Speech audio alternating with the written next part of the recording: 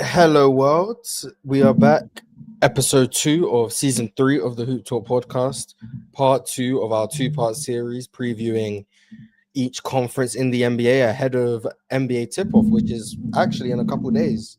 John Z, you looking forward to it? I'm starving. I'm starving. I'm ready. I'm ready. We got a lot of things planned for the season, man. I'm excited.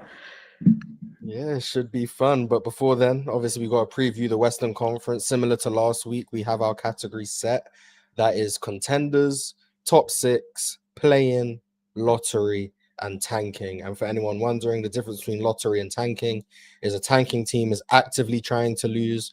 A lottery team is a team that is pushing to try and compete, make the play-in, whatever the case may be, and ultimately falls in the 11 to whatever seeds. That is the difference between those two categories, just so we don't view each team in the same breath. And looks like I have to start moderating my chat. Nice. Anyway, let's get right into it. We're gonna go in alphabetical order like we did last week. So that means we are starting with the Dallas Mavericks. John D, what are your expectations for the Dallas Mavericks? One thing when I'm looking at Dallas, obviously we look at the addition of Cooper Flag and D'Angelo Russell. I think a lot of roster versatility comes with the Dallas Mavericks, especially on the defensive side of the floor. You have three guys who can play center at a starter level with Daniel Gafford, Derek Lively, and Anthony Davis, and the size is what really turns me on to the Mavericks. I think they're one of the biggest, or if not the biggest, starting lineup in basketball. Them in Houston, I think that's going to carry over to the rebounding and the defensive aspect. I think they have a lot of versatility. I think they can switch. I think they have a lot of guys that can protect the rim, whether that be Anthony Davis, Cooper Flag, Derek Lively, Daniel Gafford, and they're also very deep. I think they're going to start a line. Their starting lineup, but probably opening night is going to be D'Angelo, Clay, Coop, Anthony Davis, and Derek Lively, or Daniel Gafford, whichever one. Um, I would like to see Max Christie play in the rotation more because I do think he adds some point of attack defense and a 3-point shot. But with Klay Thompson and D'Angelo Russell, I do think they're going to be your floor spacers. Um, I'm very interested to see how Anthony Davis plays at the four. I just think he's better at the center position now. I mean, I understand like some of his best years came at the power forward position, but I think at this point in his career, he's best at the center spot. And I also think Cooper Flag could be better at the four spot with his rebounding, ball handling, his play in transition, and play finishing. Um, Few questions I have with Flag with his rookie year is how much they're going to really dive into his play at the point guard position. I don't think they should really like gun for it unless they're prioritizing his development over team wins. And with a team like Dallas, who just traded Luka Doncic, I think they will be wanting to give their fans a chance to compete at a title. And I think Cooper Flag can have some success as a lead ball handler. I just don't think it's to the level that some people may think. So it's very different when like you have these full court guys that can press, like you're gonna see in a men, you're gonna see a Lou Dort, like guys in your conference, you're going to see them at the half court line once you're bringing the ball up the floor. And I do think it doesn't help that this team has some concerns with the spacing on the floor, provided what the guys they're gonna have on the floor with Cooper Flag. If you want to go full spacing, that may take away from some of your defense with D'Angelo Russell and Klay Thompson. But I do think he can have like maybe a quick decision type of role where he's rolling and he can make the lob pass or he can make the skip pass to the corner. I just wouldn't see him initiating an offense as much. Like I can see it in some spurts, maybe some stretches, but I don't know if he's going to be able to do that full time. But I think Dallas has a high floor with their defense. Their offense is going to be a question mark. We still don't know what we're going to get from Kyrie Irving. I mean, coming back from his injury, I think Dallas could be a play-in team. And if Kyrie Irving comes back and he's 90, 85% of what he was last season, I think they can make a real push for the playoffs. But it's still way too many question marks because I do believe if Anthony Davis misses 2 weeks of time, they could fall from maybe a fifth seed to a ninth seed in a stretch of 6 or 7 games. So it's a lot of question marks with Dallas, but I do think at base level, what they are right now, they're good enough to be in the play-in. And the last thing, somebody just mentioned in the chat that they were going to play more zone this year. I think that's a really good point because they do have a lot of positional size, much like Houston, to where those passing angles get very slim with the right lineups and being able to have the wingspan between Flag and Washington and Anthony Davis. I do think a lot of zone could be played this year. We're on a similar page in terms of where Dallas fall in the play-in. So I'm gonna echo a lot of the sentiment. I have concerns about the spacing offensively. I'm not the biggest fan of AD at the 4, particularly on offense, but even on defense, especially in the regular season, I definitely think you get the most utility out of Anthony Davis as a 5-man.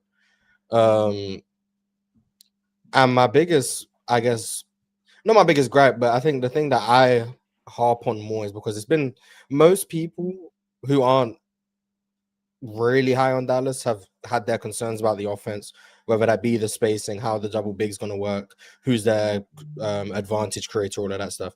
But for me, the defense isn't a foregone conclusion to be elite. And, well, I don't want to say not elite, but I don't think it's going to be – it's not a foregone conclusion to be in the top tier. And the reason I say that is because I don't see who on their roster you can look at and say that's our primary POA guy. And I think we're looking at the way the NBA is set up. I think it's great to have a bunch of rim protectors. I think that's extremely valuable. A bunch of guys you can play in the gaps, you can play off the ball. All of that stuff is great.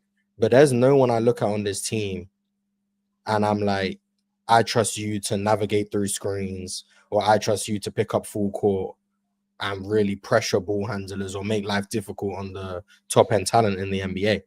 And if your whole offense is based on funneling guys into rim protection, you come up against certain teams that can spray out to shooters and you have a bunch of bigs out there who aren't the most mobile. I think you run into some problems in terms of how elite your defense can be. And that's not saying they're not going to be a good defense. I still think they're going to be in the top 10 pretty comfortably. But when I'm talking about getting into that upper echelon, we're going to talk about a couple of teams in this conference that I think have a better defense. That's kind of where I draw the separation. One thing I do really like about this team is I just think they're going to be a hell of a rebounding team. And I think that's extremely valuable in terms of winning the possession battle, especially since I think because this team lacks real advantage creation, I can see turnovers being a problem. So at least if you're able to control the glass, that does mitigate some of the issues I think you're going to have turning the ball over. So my biggest concern is just I think they're going to lose on the 3-point line quite a lot because I think they're going to give up a lot and they're not going to generate a bunch. They're going to turn the ball over quite a lot, and I don't see their consistent advantage creators on offense, nor do I see a consistent POA or wing stopper, however you want to define it, on their roster. So all of that in conjunction with not having your best offensive player for more than half the year, I'd assume, that's a play-in team in my opinion. But fully healthy, I can see them causing problems for a lot of teams towards the top of the conference. It's just, we're going to say this a lot, the West is just really stacked. Yeah. So being a play-in team, being the 7th or 8th best team in the conference still doesn't mean you don't have a legitimate chance of being one of the better teams in the NBA. So we both have the Dallas Mavericks in the play-in. We're in agreement. The next team is the Denver Nuggets. John D, what are your thoughts on the Denver Nuggets? I think this is going to be a top 3 offense this year. I think Jokic's production may go down. Like, I don't think we're going to see a 30-point triple-double again. Like, I think maybe 25, 12, and 9 or 26, 12, and 9 may be what Jokic puts out this season, which still is really good. Don't get me wrong. But I do think them bringing in Jonas Valanciunas doesn't help their defense, but I do think it provides some type of similarity to what they do with Jokic, whether it's dribble handoffs or someone that can play in the mid-range. There are a few concerns I still look at with this Denver team. And when I say concerns, this is what I think they match up against OKC. I still think they struggle with having guys that can deal with ball pressure. I think Jamal Murray still struggles with that. There was moments in that series where Aaron Gordon had to bring the ball up the floor. Even in the year before against Minnesota, there was moments where Aaron Gordon had to bring the ball up the floor because Jamal Murray just could not deal with that physicality and that pressure. Their inability to make entry passes is still something that I worry about. But offensively, I think they're going to be great. I would love to see Peyton Watson play more this season, especially with the added spacing that they have on the bench with Tim Hardaway Jr., Cam Johnson, guys that they can have in the rotation when Peyton Watson is on the floor. And I don't think he should be used as a point of attack defender. Like, I think he's best roaming, protecting the rim, blowing up actions. I think that's where he thrives at as a defender. Um, I think the addition of Tim Hardaway Jr. and replacing him in the space of other players to where he can knock down a shot consistently. And there could be a game in the postseason where he has a Julian Strother game and he hits 4 to 5 threes in a single game and wins you the game. Or having Cam Johnson, another ball handler, who I don't think is the shooter Michael Porter Jr. was, but I do think he is a better ball handler and passer that Michael Porter Jr. wasn't. So I do think that adds a dynamic to this offense. I think Aaron Gordon is a legit 3-point shooter now, which really scares me. That's something that really scares me for a Nuggets team that was struggling with spacing. And now Aaron Gordon, he's not going to have the most volume, but it is somebody that you're going to have to close out to now when he does have the ball in the corner because he can knock down that shot consistently. I think the Nuggets are contenders because even with all the questions I have with them versus OKC, I still see a world where they can beat them, because I think their offense is going to be really potent in the regular season, in the postseason. I'm still not as sold on their defense. I understand, they were much better throughout the postseason last year, but the personnel still concerns me a little bit. I don't think they got much better on that side of the floor. But I still see a world where they can beat OKC, so I have them as contenders. Yeah, I think the Nuggets are a contender as well. I agree with everything you said about Peyton Watson, by the way. I got people angry at me for saying he wasn't a POA defender, but that's besides the point. I think the biggest swing factor for the Nuggets and their contender status is going to be Jamal Murray, and he's looked really good in preseason. He looks like he's in good shape. He looks like he's moving well.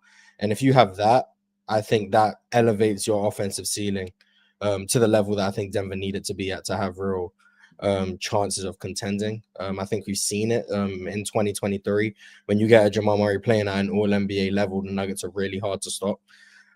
Cam Johnson, I do think is a oh yeah, you know about yeah, I know all about it. I do think Cam Johnson is a very well needed addition because of the ball handling and the playmaking that you alluded to. I also agree he's not the shooter MPJ was, but I think a big problem the Nuggets ran into was that they didn't have enough guys they could trust with the ball in their hands. Whether that was because they didn't trust guys like Peyton Watson to do much offensively, or Christian Brown was pretty exclusively a transition guy, or Jamal Murray just didn't look like he was at the races, or Russell Westbrook could commit turnovers at any given moment. Now having a guy who you can rely on and an empty side pick and roll to draw a closeout and then find Jokic or make the right read, I do think that adds an extra layer to your offense. And with Jokic, especially in the regular season, your floor on offense is probably top 5. Just having him out there. Defensively, it's going to be a lot down to scheme. It's going to be a lot down to what David Adelman does in terms of how he just manages to make it work with lackluster defenders. Jamal Murray's not the greatest defender. Cam Johnson isn't the greatest defender, although he's more aware than MPJ. He's still limited in terms of what he can really provide for you. He also takes away some of that rebounding. I think MPJ was a really good rebounder, and that's something that they're going to miss out on. So defensively, it's going to be down to a lot of schematics and how engaged and bought in the Nuggets are. We've seen them be good postseason defenses before, whether that be in 23 or this past postseason, but it's about getting consistent buy-in. And that's not something you can really guarantee with this team, so I can't really project that. But looking at it in a series, I see this team as capable of beating anyone, but just as capable as losing to a lot of teams as well.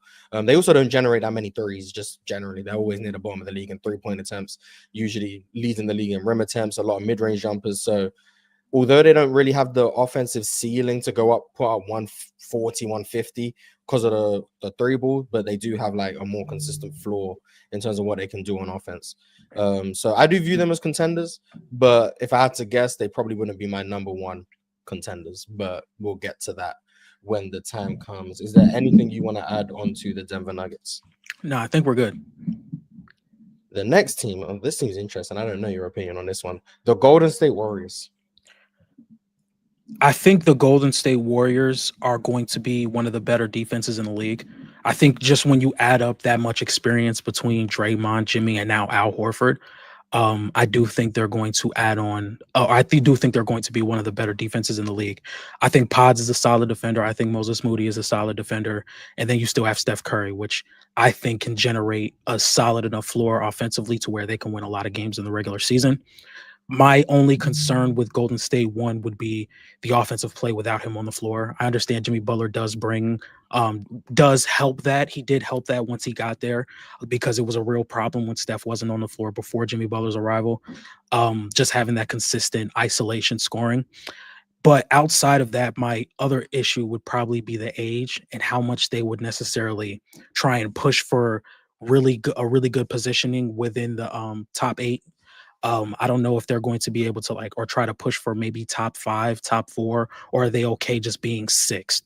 Because I don't necessarily think the Warriors would want to play in the play-in again. I just think the Western Conference is too deep to try and be like, we'll just win in the play-in. That's what makes it so hard with teams like them and some other teams we're going to talk about later in the video.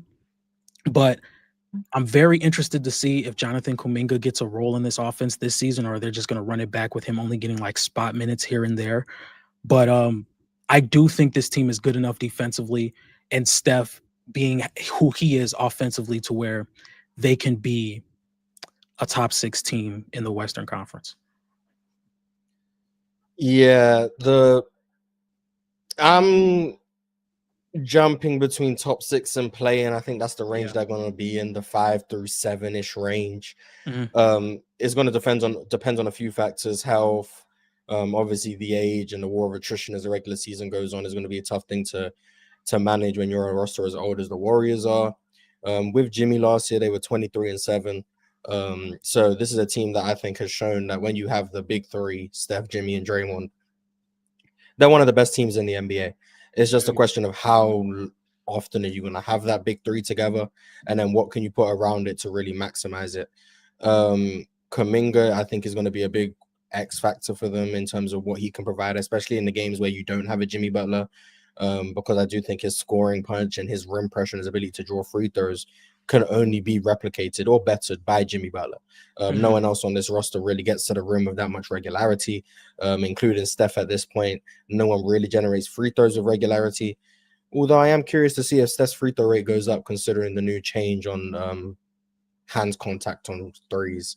Very curious to see if we start seeing Steph shooting 6-7 free throws a game just off that alone. So that'll be curious. And then defensively, I think they're one of the highest IQ teams in the league. When you combine Jimmy with Draymond, with Steph, with Al Horford, with Pods, this is one of the smartest teams in the NBA. And I do think IQ goes a long way, more so in the playoffs than the regular season. But that level of IQ does make this team one that is hard for me to bet against in the postseason. It's just about how do they get there, and is it through the play-in or is it organically? And I really don't know the answer. You said top 6, so I'm gonna just side with you, but I couldn't say with any Tomorrow sort of morning. certainty. Yeah, I couldn't say just off the strength of age and injury. Not because I don't think they're one of the 6 best teams in the conference, because I probably do. It's just, once again, the West is so competitive that it could really be a difference of 1 or 2 games, and maybe you miss Jimmy for 2 games, and now you're the 7th seed instead of the 5th seed. So that's where it's tough with Golden State, but I do think they're a really good team. They're going to be a really tough team to beat. My biggest concern, other than the age and injury stuff, is just their size. They don't have a big who's like 6'11", 7 foot, who I look at and think, I trust you to give me extremely impactful minutes in a postseason setting. And while most of the conference, we just spoke about Dallas, Denver, seem to be going bigger, the Warriors seem to be maintaining their small ball stuff. And that can be valuable with the speed, the spacing, but it's also the concern on the offensive glass, on the defensive glass, and just being able to match up with these bigger teams that are going to double big lineups, maybe even not triple bigs, but really big front courts. Right. So that's my concern with the Warriors.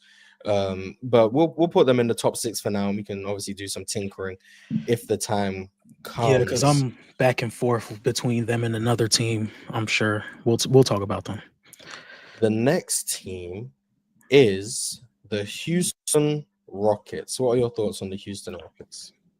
I have Houston as top 6, and this is probably the team that I'm like debating contender versus top 6. I do think Houston is going to be a top 3 defense in the league. I think with all their positional size, with Jabari, Tari, Kevin Durant, who still can play backline help defense, Men Thompson, who I think is a really good defender as well, and Reed Shepard getting more minutes, who I think can contribute to a top tier defense with how active he is on the ball and how good he is with his hands. I wouldn't necessarily say he's like a POA guy, but I do think he's like a pesky level defender that can disrupt ball handles and play in the passing lanes and like spark up turnovers that way. I think Alperen Sengun is about to take a serious jump this season. I really do like what I've seen from him in preseason, just not having the ball stick to him as much and kind of take away from the isolations that he got as much as he did last year. And then you replace Kevin Durant with Jalen Green, who is like a much better half court scorer than Jalen Green was last season. No disrespect, but a much It's Kevin Durant. Yeah.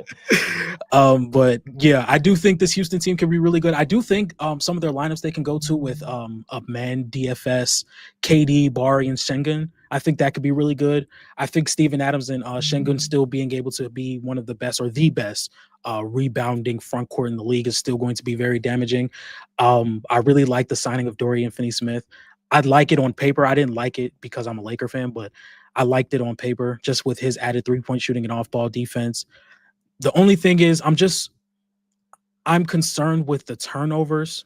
Like I understand, like we've seen a different style of play from Houston throughout the preseason, but losing Fred VanVleet is why I'm still like pushing back on the contender the contender role for them is because Fred took care of the ball really well. He could generate 3-pointers. I would love to see Reed try and generate more pull-up 3-point shots, but he has shown an ability to get within the teeth of the defense, whether it's through the mid-range consistently. But I would like to see him play beyond the arc just a little bit more and just have the ability to get the shots up. I don't necessarily care if they're going down. I just want to see you get them up. And I like that he's being more aggressive throughout the preseason. I think through the season, I would like to see him generate more 3-pointers, whether it's on or off the ball. And I do think losing Fred VanVleet kind of takes away from what some of these guys do best. For example, Amen Thompson, if they use him on the ball more, that could take away from some of the stuff he does off ball really well. I think he plays the baseline really well. I think he's a really good cutter. And he has added a touch to his shot to where he doesn't have to get all the way to the restricted area. He has a floater he can go to. So I'm very interested to see if there's any progression on his touch, whether if he can have a decent mid-range he could use as a counter. I'm not necessarily too bought in on 3-point stuff. Maybe. I mean, he hit a couple of threes the other day, but who knows? But yeah, I would say I would put Houston as a top 6 team. And then you can convince me that they're a contender, but I'm going to stick with top 6 right now. Yeah, Houston are a team where I think they've obviously improved. Well, pre-Fred VanVleet injury, they'd obviously improved because your biggest weaknesses was your half-court scoring, and you replaced one of the worst high-volume half-court scorers with one of the best. Not sure there's 3 players I'd take over Kevin Durant as a half-court scorer. Maybe I'm reaching a little bit. I don't know. Not sure there is. I'll just say that. Even to this day, just one of the best isolation scorers, one of the best, if not the best mid-range scorer in the NBA, elite off the ball, all of that great stuff. Everything that can be said about Kevin Durant has been said. You then pair that with an Alperen Sengun, who is some scoring touch around the rim away from being one of the best isolation, self-created scorers himself. The biggest issue Alperen Sengun has struggled with has been about his ability to play off of others and be a play finisher. And if he's able to add that and improve his touch around the basket and improve his touch on putbacks, because he's already a really good offensive rebounder alongside guys like Steven Adams and Jabari and Tari and Amen. Like, this is still going to be, in my opinion, the best offensive rebounding team in the league. Although Kevin Durant is not someone who really helps on the offensive glass, he's replacing the 2 players in Dylan Brooks and Jalen Green who contributed the least to the offensive rebounds on the Rockets last year. So I still think they're going to be elite in that department. Defensively, you already said everything. Top 3 defense, probably. Yeah, I'll say top 3. I don't want to say top 2 or whatever the case. They also replaced their worst defender in their starting lineup with Kevin Durant. So that helps. The only concerns I have is just about the pull-up three-point shooting. Who on the roster do I trust to reliably shoot pull-up threes? I guess the like go-to answer would be like Kevin Durant, but he's not the highest volume pull-up three-point shooter. He's also not the best pull-up three-point shooter. Reed Shepherd hasn't shown that he's comfortable shooting a bunch of pull-up threes, more so getting into the mid-range. Jabari's not the most comfortable pull-up three-point shooter or even movement shooter in general right now. So I don't know where the threes are going to come from because they don't have many drivers who are going to collapse defenses outside of Şengün either. So that's my concern for the Rockets is how are they going to generate good, clean outside shots, similar to the issue I have with Dallas. The only difference between Dallas and Houston for me is that Houston have the reliable half-court scorer that I don't think Dallas does. So that's where I would give them the slight edge. But I do view Houston as a top 6 team, and I can't quite get them into contender status simply because I think turnover is going to be a problem and generating high-quality threes is going to be a problem. But we'll see. The next team, unless there's anything you want to add to the Houston Rockets. Nope, we can move on. The next team, this team's going to be interesting. The Los Angeles Clippers. It's really hard. Like the Clippers are one of the more confusing teams to rank because of their eventful offseason and Kawhi Leonard not knowing what's going on with him and if he's going to play as much as you would like him to play. But I'm just going to look at them if they're fully healthy. I think their lineup versatility is among some of the best in the league. I think they're one of the deepest teams in the league. When you look at what their starting five could possibly be, it probably will be Harden, Bradley Beal. I would probably start Chris Dunn, but Bradley Beal is probably going to get the start. And then you got Kawhi, John Collins, and Ivica Zubac. And then off the bench, you have guys like Chris Dunn, Derek Jones Jr., Brook Lopez, and Chris Paul. And then Nicholas Batum, who's probably going to start getting more minutes throughout the playoffs than he would in the regular season. And then I think they still have Bogdan as well. So this is one of the more deeper teams in the league. You get another center in Brook Lopez, who's a really good rim protector, and now we'll have, I would assume, probably more better screen navigators around him than he did in Milwaukee, especially last season. While he's on the floor, like it would be nice to have Chris Dunn playing with Brook Lopez, so you can like operate the drop. He can play better and drop with a good screen navigator, but I think James Harden, even if Kawhi Leonard does not play as much, like let's say, God forbid, Kawhi Leonard plays like 40, 45 games. I think the Clippers' main thing this offseason was to have enough play finishers and creators around James Harden just in case that happens again. Bradley Beal is somebody that can create with the ball in his hand in spurts and play off the ball. John Collins is somebody that can play within the arc or inside the arc. He can create, he can catch lobs, and he can space the floor. I think Nicholas Batum is a really good catch and shooter. I think Ivica Zubac and James Harden with their two-man game is really good. With Zubac's touch around the rim, I think that's very effective as well. So I think that was their main priority, just to have a solid team that can fit next to Harden in case Kawhi Leonard does not play as much as you would want him to, and he can still lead this team to a playoff spot or maybe a play-in spot in case Kawhi doesn't play. And I think they fulfilled that really well. I think Chris Paul is going to play really well with the second unit. Just having a competent passer and playmaker on the floor at all times for them is going to be very important. And I think their defense is going to be really good as well. So barring any injury, because I'm looking at them if they're fully healthy, I think the Clippers are good enough to be a top 6 seed. I think the Clippers are contenders. Yeah, I think this roster is really good. You kind of alluded to it. I don't see a flaw on this roster.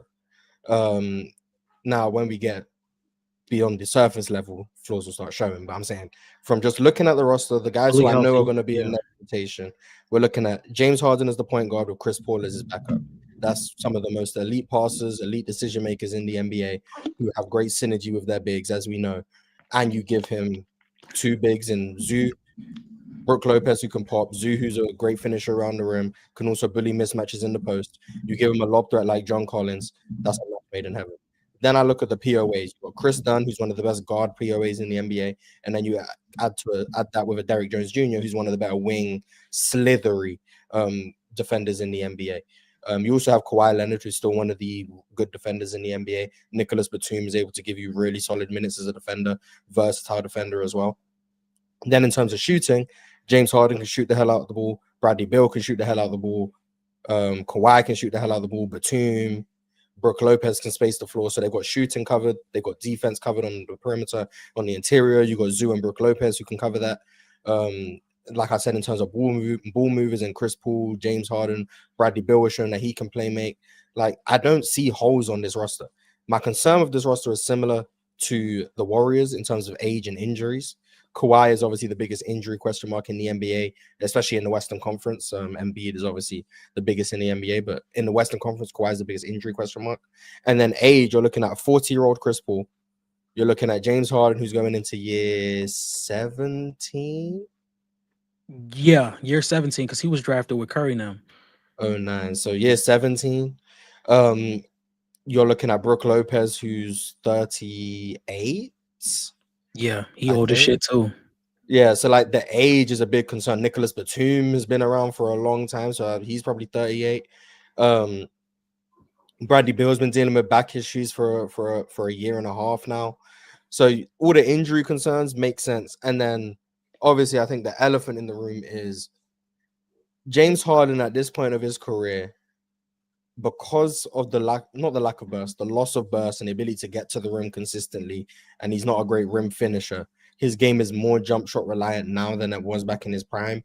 And even back then, you were subject to the games where James Harden is 3 for 17, or James Harden goes 0 for 9 from 3, or whatever the case may be. In a regular season setting across 82 games, James Harden, I think, pretty much guarantees you a playoff spot because of his ability to floor raise an offense. You put a defense around him, everything will work its way out. In the playoffs, in a best-of-7 series, 2 James Harden stinkers are the difference between winning a series and being in a hole in a series. And I think that's where the problems start to come in. Are we going to get consistent presence from Kawhi? Is Kawhi going to have games where he's turnover prone, or where the mid-range jump shot isn't falling because he's not getting to the rim with regularity? Are we going to have the 3 for 14 James Harden's games? All of those things start to become question marks. And also in the playoffs, we just saw Brook Lopez get played off the court in a starting role for the Bucks. How many viable minutes can he give you in a playoff series where you can give Zoo some rest? Because last year, a big problem they ran into was they didn't have a viable backup 5 and often went to Ben Simmons at the 5 or Nicholas Batum at the 5. That's probably not the answer. So those are my biggest question marks, alongside if you're putting your best defenders on the floor in Chris Dunn and Derrick Jones, you lose some of the outside shooting, which makes your offense so potent. So I like this roster in terms of flexibility, versatility, and depth. But my question marks are age, injuries, consistency from your 2 stars, and then how do you fit your best defensive lineups and your best offensive lineups together? Those are my concerns. But overall, I do view the Clippers as a contender in the West. But you said top 6, and I'll side with you. So we'll put them in the top 6 for now, and then we'll see where they end up. The next team, this one might take a little while because it is your team. I think you knew that when we just did the Clippers. Yeah. Talk to me about your Lakers. Talk to me. So we all know LeBron James. There's a possibility he won't be back till mid-November. As a matter of fact, I'm gonna start positive. I think the Lakers had a good offseason. Now, compared to what people say about the Lakers, some people will be like, "Oh no, this was a underwhelming offseason, this, that, and the third." I think DeAndre Ayton was the best center on the market. Am I saying he's an all-star? Am I saying he's an all-NBA caliber player? No, but I think he's better than Brook Lopez. I think he's better than Clint Capella. I think he's better than these options. I mean, I personally would have liked Luke Cornett, but DeAndre Ayton's great. I think DeAndre Ayton is the best center we could have got. Then we bring in Marcus Smart, who's another POA defender who I still think is a very good defender, just has not had the opportunity to play with injuries mixed with tanking teams. I think this Lakers offense has the potential to be top 3 in the NBA. I just don't think there are other teams that can match the level of scoring and playmaking with their top 3 guys like the Los Angeles Lakers have, or I think the Lakers would be top tier in the league in that aspect. And I think losing LeBron is taking away from what the Lakers superpower is. And that's always having an A+ level decision maker or playmaker on the floor, whether it's Luka Doncic or LeBron James. But with that being said, I think Luka Doncic is about to have an incredible season. I think he's about to have an incredible season with the weight loss, with the ability to get back to the paint with regularity like he used to, or maybe not all the way back to the earlier part of his career, but definitely better than we've seen in the playoffs last year and throughout the regular season this year.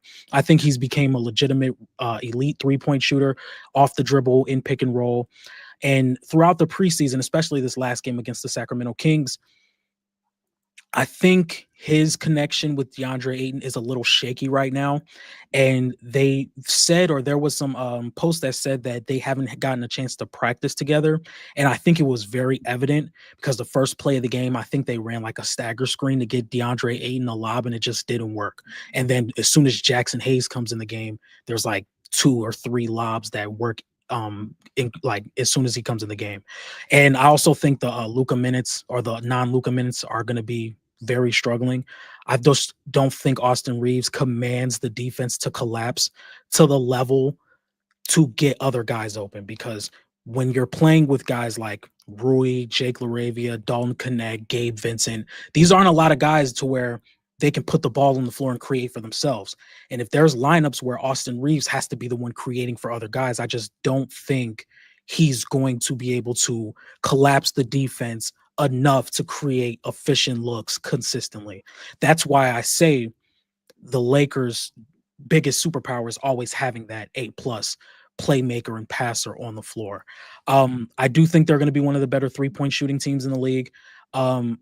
It seems like they're going to try to put Jared Vanderbilt in the rotation.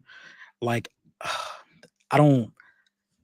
Hopefully, he can have some type of offensive value, because we've seen in past seasons it's just hard to have him on the floor, even though he is our best perimeter defender or wing defender, which is something we're really lacking at the moment.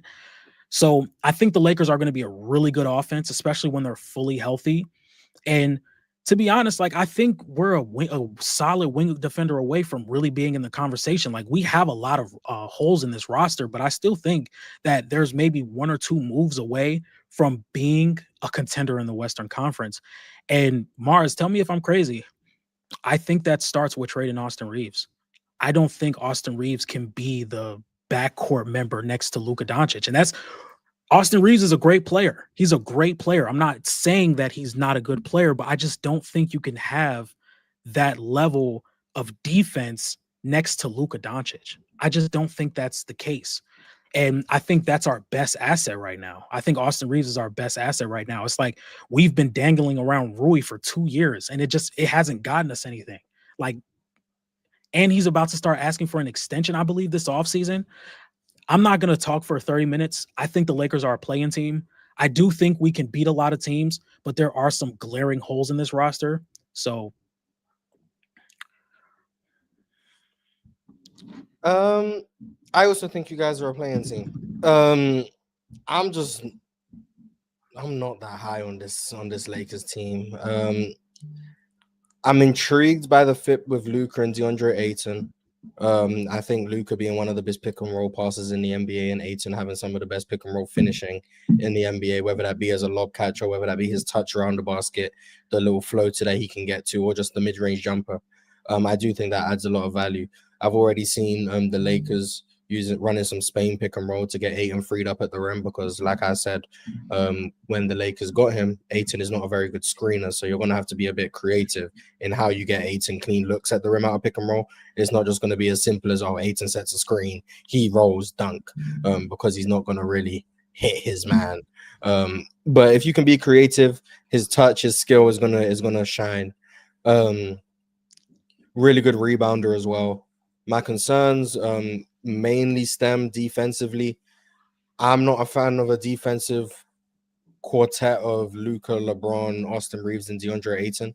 You make that a quintet. Was that a word? I don't think so. But you make that a 5-man unit with Rui Hachimura. I don't like that defense at all. There's not anyone who I trust to be able to stay in front of the ball, which means you're going to have to run something similar in some capacity to what you guys ran last year, which is going to be zoning up behind the ball, kind of anticipating blow-bys and then having to rotate and scramble out of it, which basically means your defense exists giving up an advantage, which is never a good place to be in my opinion. unless you go with the defensive lineups like Marcus Smart, like Jared Vanderbilt, maybe a Jake LaRavia. But then I think you sacrifice some of the offense and the ball handling that makes you guys' offense so potent. So the issue I have with the Lakers is kind of the inverse of the Clippers. I don't see the lineup versatility that the Lakers have. It seems like you either have to go in on your offense and kind of just say the defense ain't going to be good, or you try and balance the two, but you take away from the offense in such a degree and you don't raise the floor of the defense, and it doesn't make it, in my opinion, worthwhile. I also think not having LeBron for the first part of the season is concerning, because I do think he provides a level of versatility that no one else on the roster does. His ability to be a screener, be a ball handler, post up, shoot the three off the catch, being able to do all of those things, be a connective passer, but be a primary decision maker as well, be a wrecking ball in transition still. He has all of those weapons that you're losing out on. And I'm not sure if we're at the point where Luka's going to be pushing the pace in transition and really maximizing any stops that you guys do get. And I think we're at a point in the NBA where pace is key, and Luka's more of a slow it down, playing the half court type, which I do think can be a concern. To your point about trading Austin Reeves, I agree that maybe trading Austin Reeves is in the Lakers' best interest. I do think that is kind of a problem that stems from your best players being defensive liabilities, that now Austin Reeves is the odd man out in that, because he is uber talented offensively and realistically should be able to work on any team. I just think this roster has too many holes. Already is coming into the season with injury concerns that I wouldn't be surprised if they're a 7 or 8 seed. In a playoff setting, I could see them causing an upset to some teams, but also I can see them getting torn apart by some good, competent offenses, also because of the fact that they kind of play out of giving up an advantage. So those are my concerns with the Lakers. I view them as a playing team. You view them as a playing team. Is there anything you want to add? I think I came into the offseason thinking we're going to fix all our holes and we're just going to go win a championship next year. The extension of Luka Doncic has really taken a little bit of weight off my shoulders with that, because it doesn't have to be everything this year. I think there are some real ways to where the Lakers can build a good team around Luka, and it's not going to happen in one off season. So there's going to be some moments this season where I turn Twitter off and I just, sit in silence in my basement. And there's going to be some days where I say we're going to the finals. Like last year when we beat the Thunder, I thought we were going to the finals 100%. But it is what it is. Yeah, I think the Lakers are a playing team. I think they can beat a few teams in the Western Conference, but there are some real concerns to this roster that I just can't put them in a top 4 seed. I can see a world where they can make it as a 5th or 6th seed. I wouldn't see them top 4 though. Just for reference, it is just a preseason. Luka didn't play every game in the preseason, so take these numbers with a couple pinches of salt, not just one pinch of salt, but a couple pinches of salt. The Lakers were 30th in transition frequency in the preseason, and they were 24th in efficiency. That's a concern, in my opinion, not leveraging transition opportunities. In the modern NBA, I think you're doing yourself a disservice if you're not making a conscious effort to run the floor quite often. So that's that. The next team after the Los Angeles Lakers. Oh, okay. The Memphis Grizzlies. What are your thoughts on the Memphis Grizzlies? This is a really important question that I'm going to ask you before I even get into the Grizzlies. Well, no, I'm gonna talk about the Grizzlies and then I'm gonna get into this. As a matter of fact, watch how I work this. So Desmond Bane was traded to the Orlando Magic for 5 first-round picks. 5 first-round picks. The Memphis Grizzlies has been a team that has struggled with half-court offense over the past few seasons. I understand this year they were much better, but that was taking away from their best player in Ja Morant, who I think was not their best player over this past season, but a lot of people would still say if Ja Morant is not playing to the level, the Memphis Grizzlies ceiling may not be as high when he is. I think they have a lot of talent. I just don't think they have the build to be a contender, if you get what I'm saying. I think Ja Morant is a very heavy spread pick and roll type of player, very heliocentric type of player where he can generate top tier transition offenses, especially with Desmond Bain, which is something I think they're going to miss out on this season. I think a lot of people look at the transition offense with the Memphis Grizzlies and they just say, "Oh, John Morant, John Morant, John Morant." But I think Desmond Bain provided a lot to that transition offense. Um, I don't know if Jaren Jackson is playing. I saw him playing the other day. I don't know if he's going to be 100% in the first game for the season, but I know Zach Edey's out. I know Brandon Clark's out. I do like their rookie Cedric Coward. I think he does provide a level of defense and shooting. Now, I do have some concerns with his ability to create. He's shown some signs playing out of the post, being able to get to his one dribble pull up in the mid range. It's just how much are you going to be able to do that with this team?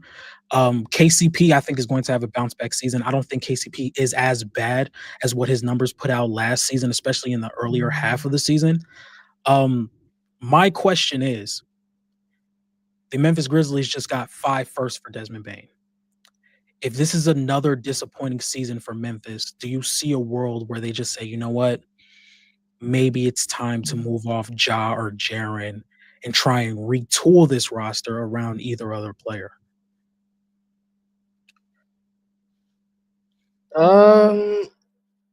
Maybe. I don't know what Memphis game plan is, if I'm being honest. I'm probably on the side of I would shake something up. I just think it's tough when Ja's been injured the last couple seasons.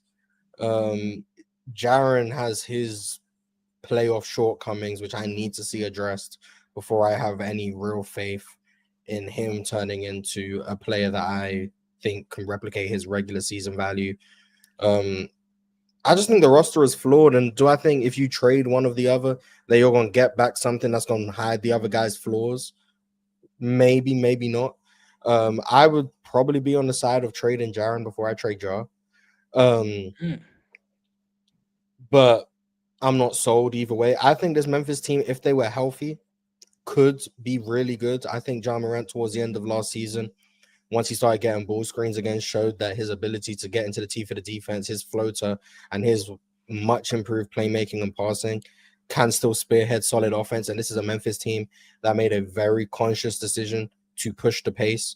They were by far the fastest team in the Western Conference, by far the most transition-heavy team in the conference, one of the most efficient transition teams in the conference. And I think they can replicate that again this year. I know Desmond Bain was a big loss for them because he was such a weapon in transition, but I still do think guys like John Morant can still replicate some of that value.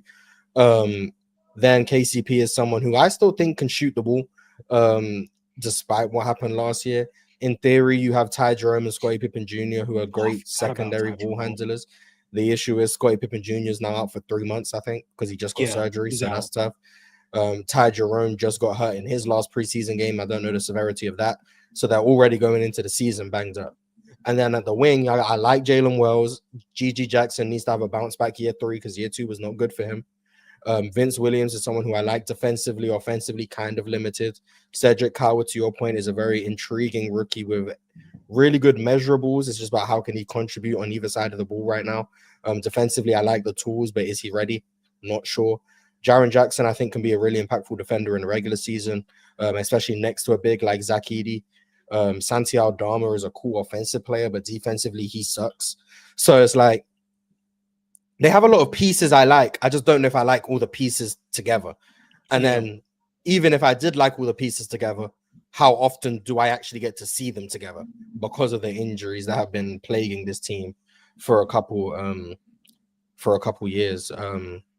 So that's why I'm tough on Memphis.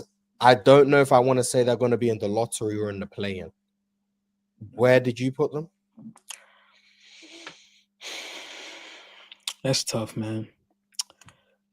I'm actually gonna go lottery. I may not get the most love for that, but I'm gonna go lottery. Yeah, it's just I really don't know what to think of Memphis. Like, I think Ja Morant is primed to have a really good year. I think Ja Morant is one of the better point guards in the NBA, and I think he's suffering from out of sight, out of mind right now. Yeah. I think Jaren is one of the most impactful defenders in the regular season, especially when he's at the 4, because of his help side rim protection, because of the way he's able to deter shots. All of that stuff is great. You put him next to a big who can rebound, you get maximized Jaren Jackson. KCP, elite screen navigator, can knock down the 3, can play in the mid-range. That's cool. Jalen Wells, I like the roster. So the roster isn't the problem. It's the health concerns. And I don't know if I want to put a team in the lottery just off the back of health concerns. Yeah.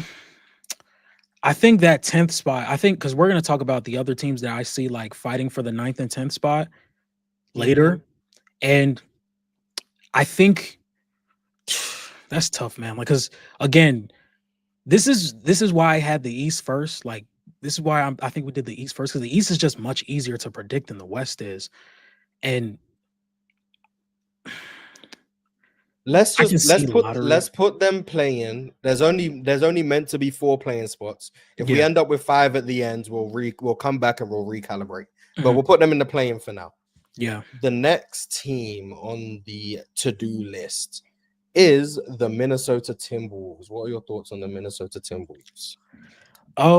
I think the Minnesota Timberwolves have a really good roster, especially with some of their young core, with guys like Terrence Shannon and Ant still being a part of their young core, and Rob Dillingham potentially being like the X factor of this roster, especially if he can like show that he's ready enough to be the starting point guard for this team.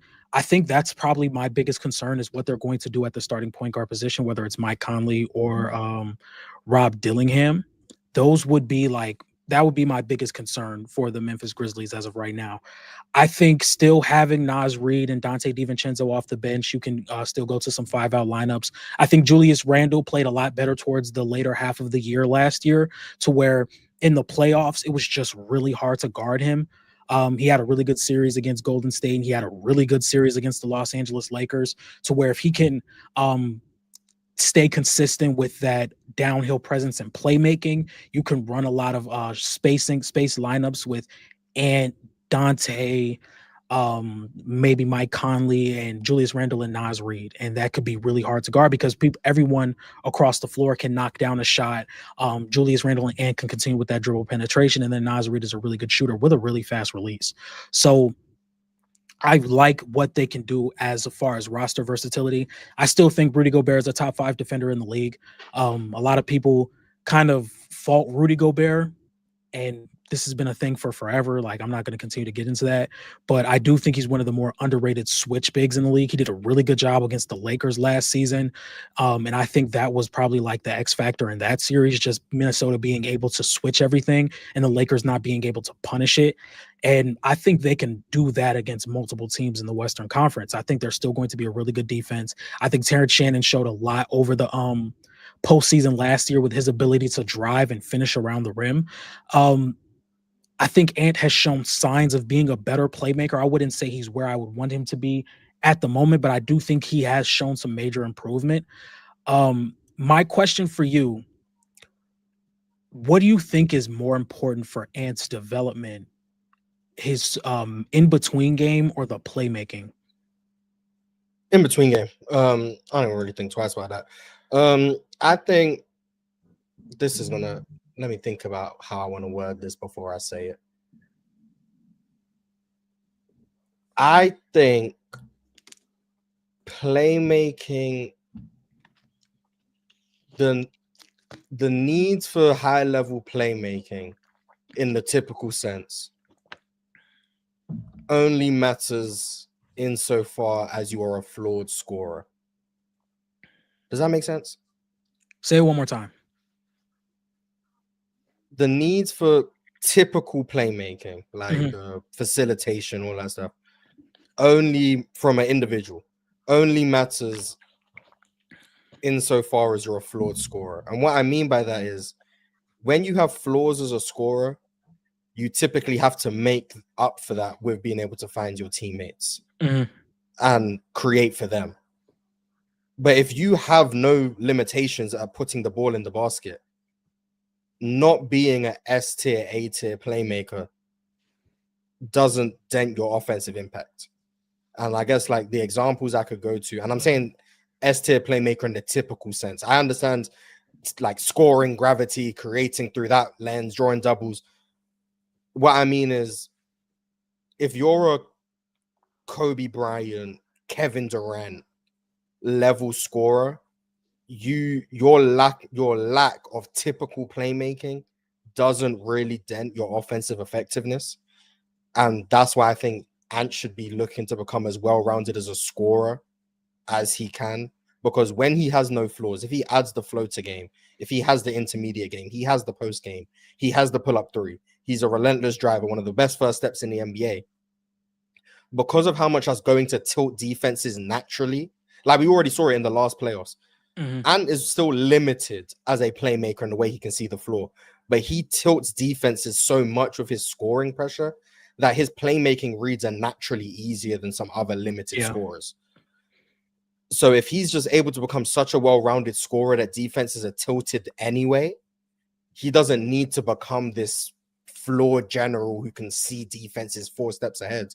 Now, that would be amazing if he does. Then we're looking at one of the best offensive players we've ever seen. But if he's just such a good scorer that defenses are already tilted the moment he brings the ball up, his playmaking is already providing value to the floor, and you can't stop him as a scorer, as opposed to being one of the worst intermediate scorers in the NBA. Then we really need your playmaking to step up. So I think that's what I mean when I say playmaking only matters insofar as you're a limited scorer. Because if you have no holes as a scorer, like I guess the simple way, if you can put the ball in the basket every time, who cares if you're creating for other people? Yeah, that's the simple way. But like that's kind of the way I'm thinking through it. So if Ant's like progression as an intermediate guy is true based on everything he said, then you're looking at this is a 40% 3-point shooter, relentless rim attacker who's not the greatest finisher, but he puts so much pressure on the rim that ultimately the percentages don't matter. Who can get to the free throw line. I would like to see him get to the free throw line more with his physicality, but that comes down to being able to play with better pace. And then add in the post game and all of that stuff. I don't know what the answer is for a defense. I don't know how you stop the guy who can get by your first layer of defense every time without having to zone it up. And if you're zoning it up like the Lakers did, we saw him have an excellent playmaking series. So, like, obviously, if you give him the easier reads, which you're going to have to do if he's a flawless scorer, it goes hand in hand. Not expecting that playmaking series. That's kind of where I stand on that. I think if Ant's that, the sky really is the limit for him. The overall team, I think Rudy Gobert's decline last year from 2024 was evident, in my opinion. I still think he's a really good defender, but I do think we are starting to see the decline, both offensively and defensively. And if that continues, I do think the top 10 defensive floor you kind of had with Rudy Gobert does come into question. Is Anthony Edwards prepared to be a consistent regular season defender? I don't know. The loss of Nickeil Alexander-Walker in that sense is going to be huge. Is Jaden McDaniels going to give you the same level of defense he gave you last year, or are you going to go back more to 2024, where I think his defense was lackluster despite making the all-defensive team? That's my question. And then Mike Conley, we already saw him last year. It was like, Mike Conley's pretty much done, and he's still their starting point guard. Is Rob Dillingham ready to come in and contribute? Is Terrence Shannon ready to come in and play meaningful minutes? Those are questions I have. And then who's their backup big outside of Rudy Gobert? Are we going to Naz Reid at the 5? Are we trusting Berenger? Are we going to Zakarski? I don't know if any of those guys are the answer right now. So, like, I have questions about the Timberwolves, but more of them come into effect in the playoffs. I think this is a top 6 team. I'm pretty sold on them. The continuity from last year, the Julius Randle impact that, especially when he came back, I think he really figured out his role on this team. So I think they're a top 6 team, but I can't quite put them in the contender bracket. So I have them top 6. I have them top 6 as well. The next team is the New Orleans Pelicans. What are your thoughts on the New Orleans Pelicans? I think this is another team like Charlotte. Now, I'm not saying they're as good as they're as bad as Charlotte could be, but this is another team where if Zion is healthy, I'm going to watch a lot of Pelicans basketball. I think Zion is like maybe top 10 to 12 best offensive players in the NBA period, just with his ability to get downhill and make plays at the rim for others and for himself. The relentless rim pressure that he puts on the rim, the fact that you have to close out on him on the perimeter like he's a shooter, but he's not. Like you have to stop that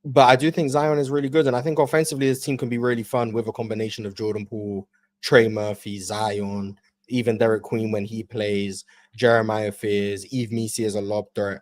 I expect this team to be really fun to watch, but I expect this team to be one of the worst defenses in the NBA unless Herb Jones can produce magic again, like he did in 24, where I think the Pelicans were like mid on defense, and Yeah. they were seventh on defense.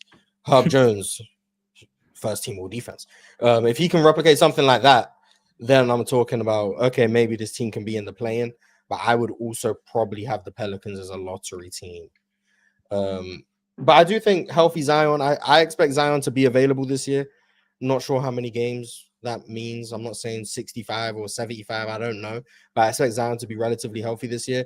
And I think a healthy Zion is one of the 15 to 20. I'll say 20 so people don't go on list 15 for me. So one of the 20 best players in the NBA. And I think he's always going to be fun to watch. So there's that at least. The next team. Okay, I think I know where this team is going. We're talking about the Oklahoma City Thunder. Where do you Oh want to put yeah. OKC? Yeah. Yeah, we can put them in the contenders. I think now earlier in the offseason, I made a take saying OKC wasn't as good to not adjust the holes in their roster to be the overwhelming favorite.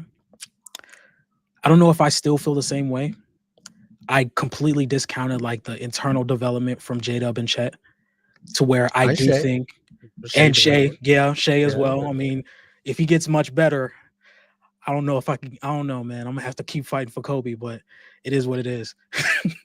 But J Dub and Chet, especially J Dub, I think J Dub showed something in the playoffs where he has that relentless downhill ability to get to the rim with regularity. And I just don't think he's the mid range shooter to where that should be his go to option as a player.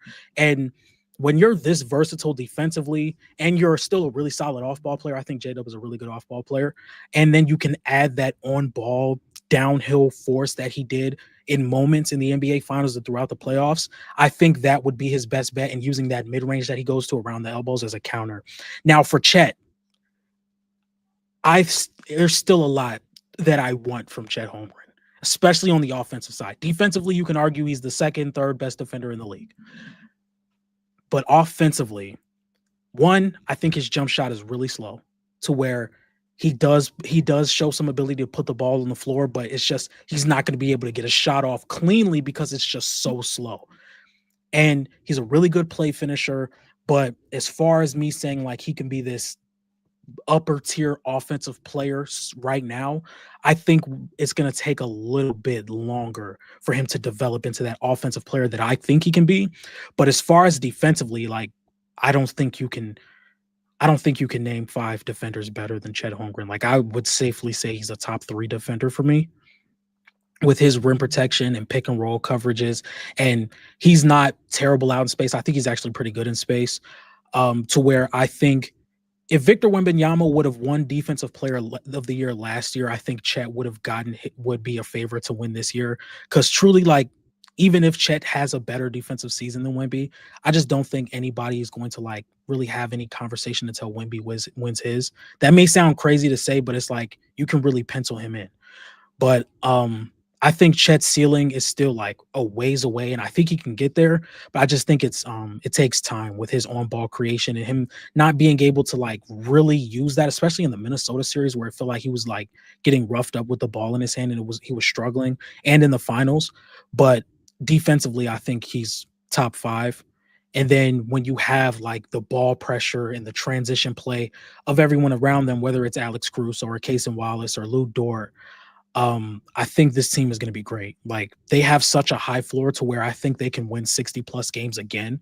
And throughout the offseason, I was always wondering, like, will OKC kind of like take a foot off the gas and maybe win like 59 to 61 games instead of 75? Um, I don't know, because we're in a Western Conference where having home court advantage helps a lot. You know, like there could be a world where if OKC was in Denver in game 7, there could have been a different outcome, you know? So I think OKC is probably going to keep their foot on the gas, especially since they're so young and they have the bodies to really keep that defensive floor intact. Um, and we can maybe count for Chet Holmgren playing more games than he did last season. I think that's also something that's going to help a lot as well. And then SGA being a top 5 player on the planet. Some people consider 3, some people may consider 1, who knows. But I think he's the level of half court player to where he can lead this offense to being still top tier of the NBA and then walking into like 64, 65 wins this season. Yeah, I think they're favorites. I think they're contenders. I think they're favorites. Yeah, I'm not gonna waste too much time. Yeah, they're a contender. We know that. I think Chet was the best defender in the playoffs last year. I think offensively left quite a lot to be desired. It's unfortunate because before the hip injury, after about 10 games, I really thought I was seeing the offensive lead. Him as a driver looked way more comfortable, way more confident, way more aggressive. But post hip injury, the fluidity just didn't look the same. The slow jump shot came back to bite him again in the playoffs. The inability to create separation on drives from guys like Miles Turner was concerning.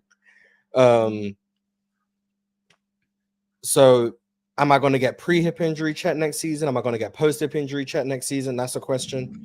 I said this yesterday on Real Talk stream. Shea missed 4 shots in the preseason.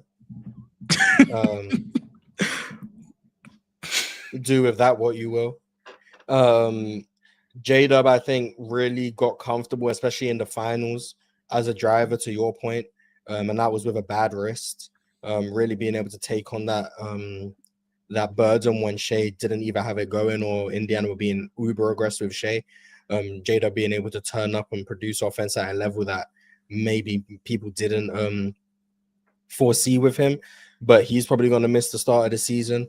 And then obviously the defense is without question. Like, this is a team where their worst defender in their rotation, Aaron Wiggins notwithstanding, because he's their worst defender. But like outside of Aaron Wiggins, Shea, their worst defender. Like, come on. Like, this team is just ridiculous. So there's not many questions I have for OKC. It's just, do I trust their shooting for a whole postseason run? This past postseason, they didn't shoot the ball particularly well. They ended up going to 7 with a Denver team that many will tell you was hurt, which is correct. The Denver team was dealing with a bunch of injuries and they ended up going to 7 with them. A Pacers team that many people thought was outmatched, they ended up going to 7 with them, and maybe they're Tyrese Halliburton torn Achilles away from losing that series. So this isn't a team that was just unbeatable as we saw last year. Yeah. But this is a team with a lot of room for growth. And a lot of things that they struggled with, whether it was beating zone defenses because of their lack of outside shooting, or Shea's consistency offensively, or Chet's consistency offensively, can be improved upon, which makes them very clear contenders, in my opinion. The best defense in the NBA, the ability to be a top 5 offense in the NBA, arguably the best scorer in the NBA. You add all of that together, you've got a contender, especially when you're one of the youngest teams in the NBA. So banking on improvement is pretty much not a foregone conclusion, but a valid assumption to make. So yes, OKC are contenders. Surprise, surprise. The next team is a team where I think we know where they are, but we don't know where they are, if that makes sense. And that is the Phoenix Suns. What are your thoughts on the Phoenix Suns? All 82. All 82, because my boy Malawatch is there. I do think he's a ways away. Like, I'm not one of the guys that I wasn't coming up here saying like he was going to be like what I think he can be in year 1. I do think there is a lot of development to where he can grow into being a really good defensive center, really good play finishing center. They had him shooting threes. I don't know if I love that. I mean, he's shown the ability to knock a few down, but, meaningless games. I think he was solid in drop, especially against the Lakers. He's shown some really good, some real potential as a drop defender, and he stuffed DeAndre Ayton at the rim, which I stood up for, and I really liked it. I really appreciated that. But as far as like everything else around the team, I think Phoenix can be good because they did add some pieces to where they can still be like respectable. Like, you can go into Phoenix and be like, okay, we can't be fucking around because we could fuck around and lose. Like Dylan Brooks, who I think is a really solid defender and underrated shooter at this point, but I do think they should add a point guard. Like, I don't love Devin Booker as the lead guard or lead initiator for an offense. Like, the assist numbers will him either. Like Devin Booker's assist numbers, like, what, it was one year where he averaged 7 assists, to where he's a good playmaker. Don't get me wrong, but I do think like some of that stuff gets like overstated to where it's like I don't think he can run an offense, and I think you're taken away from some of the things he does best, which is playing off ball, playing in the post, playing within like the mid range area of the floor. Um, and I just think you take away from that when he's playing the point guard position. They do have some interesting young prospects, whether that's Ryan Dunn or Rasheer Fleming. Those are two guys where I think there are some real development there. Rasheer Fleming, with his ability to play in the transition and defend, he has good vertical size. And I think if he bulks up on his frame, he could be really good for this team. And I don't know, man. I think Devin Booker just likes Phoenix because I would love to see Devin Booker playing like meaningful basketball, like on a contending team, you know, maybe in Detroit, but it is what it is. Um, I think this team is a lottery team. I don't think they're a tanking team, but I do think they're a lottery team. And it kind of sucks because Devin Booker has like become one of my favorite players in basketball since the Olympics. And he's just gonna be on another bad team. Yeah, this is a lottery team. You're invested because of Malowach. I'm invested for obvious reasons. Yeah. So we're both invested in Phoenix in some capacity. Although my guy isn't even going to be there opening night, and this is a guy who hasn't missed a game in 2 seasons. So Yeah, that's crazy. Bad omens, I guess, or maybe a good omen. Maybe it's a sign of new season, new beginnings, better player. I don't know. But yeah, this is a team where I'm intrigued. They've been very conscious about trying to play with pace, get out in transition, get out and run. I think that's a good sign, good philosophy. They have two guys who I really like their defense, in Dylan Brooks and Ryan Dunn. Royce O'Neal, I think, is a capable defender. I think Malowach has the potential to be a solid defender, maybe even from day one. It's kind of where the love stops in terms of defense. Maybe Colin Gillespie. Kind of where the love stops. They have some interesting shooters, whether that be Grayson Allen, Devin Booker, Jalen Green, Dylan Brooks, Royce O'Neal. They have guys who can make shots. They have a nice little big rotation of intriguing players in Mark Williams and Kamal Malowach. Even though Sobe Godaro is intriguing, more so because of his skill set, not because he's been impactful. But that's kind of the makeup of the roster. It's just a bunch of intriguing guys, but not anyone who you expect to win a bunch of games.